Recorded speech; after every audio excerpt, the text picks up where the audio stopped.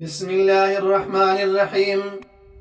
سامعین و ناظرین مکرم، فلسطین اور غزہ کے مسلمانوں پر جو بیت رہی ہے وہ ظلم کی انتہا ہے، وہ کسی قیامت سے کم نہیں ہے۔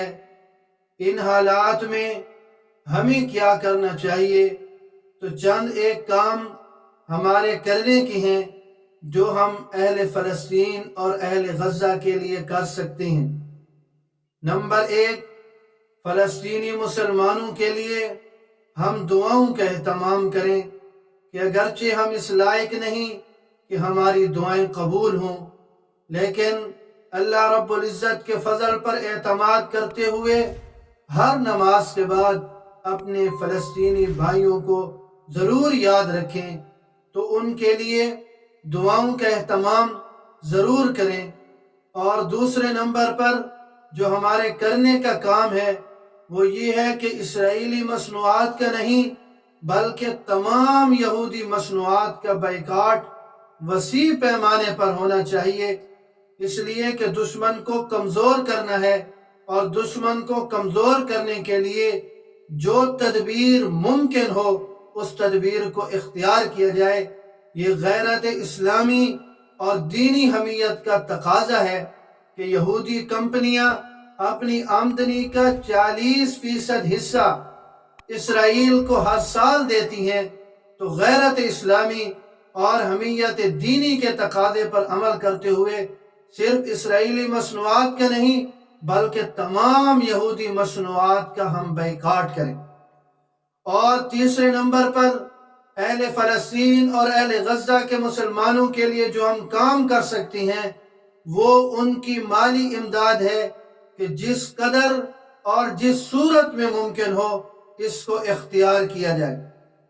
اور چوتھے نمبر پر اہل فلسطین اور غزہ کے مسلمانوں کے لیے جو ہمارے کرنے کا کام ہے وہ یہ ہے کہ یہودیوں کے ظلم و جبر کے خلاف جس طرح بھی ممکن ہو آواز بلند کی جائے، تحریر اور تقریر کے ذریعے ہو، سوشل میڈیا کے ذریعے ہو، اپنے عمل سے ہم اظہار نفرت کریں۔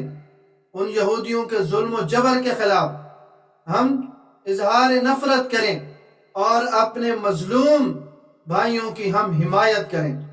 ایک مضبوط اور توانا آواز بن کر میڈیا کے ذریعے ہم اس ظالم اور غاصب یہودی کے خلاف ہم کھڑے ہوں اور ہم اپنے عمل سے بتا دیں کہ ہم تمہارے ساتھ نہیں بلکہ ہم اہل فلسطین اور اہل غزہ کے ساتھ ہیں۔ تو یہ 4 کام ہیں ہمارے کرنے کے۔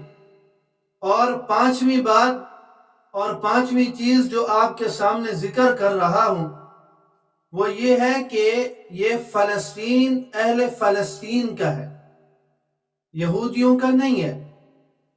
وہ ظالم ہیں، وہ غاصب ہیں، انہوں نے فلسطین کی زمین پر قبضہ کیا ہوا ہے۔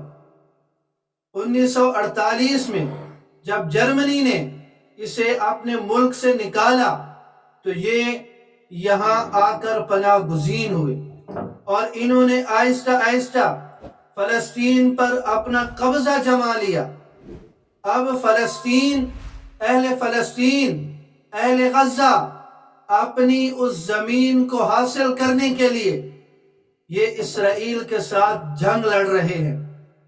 تو یہ دہشت گرد نہیں، اہل فلسطین، اہل غزہ یہ دہشت گرد نہیں، یہ غلط نہیں، بلکہ ایک ظالم اور غاصب سے اپنی زمین حاصل کرنے کے لیے یہ جنگ کر رہے ہیں۔ جیسے انگریز نے ہندوستان پر قبضہ کیا تو ہندوستان کے مسلمانوں نے اسے نکالنے کے لیے آزادی کی جنگیں لڑی تھی، تو اس جنگ آزادی کے مجاہدین کو کوئی دہشت گرد نہیں کہتا، کیونکہ ان کی اپنی زمین تھی، انگریز نے قبضہ کیا ہوا تھا۔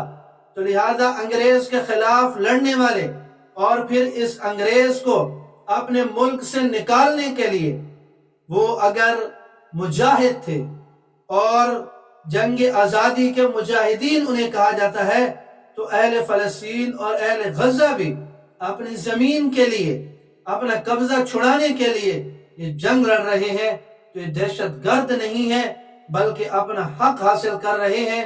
تو لہذا جس قدر ممکن ہو ہم اہل فلسطین اور اہل غزہ کے دست و بازو بن جائیں، ایک مضبوط اور توانا آواز بن جائیں، اور یہودیوں کے ظلم و جبر کو ہم پوری دنیا میں اپنی تقریر کے ذریعے سے، سوشل میڈیا کے ذریعے سے ہم اسے للکاریں۔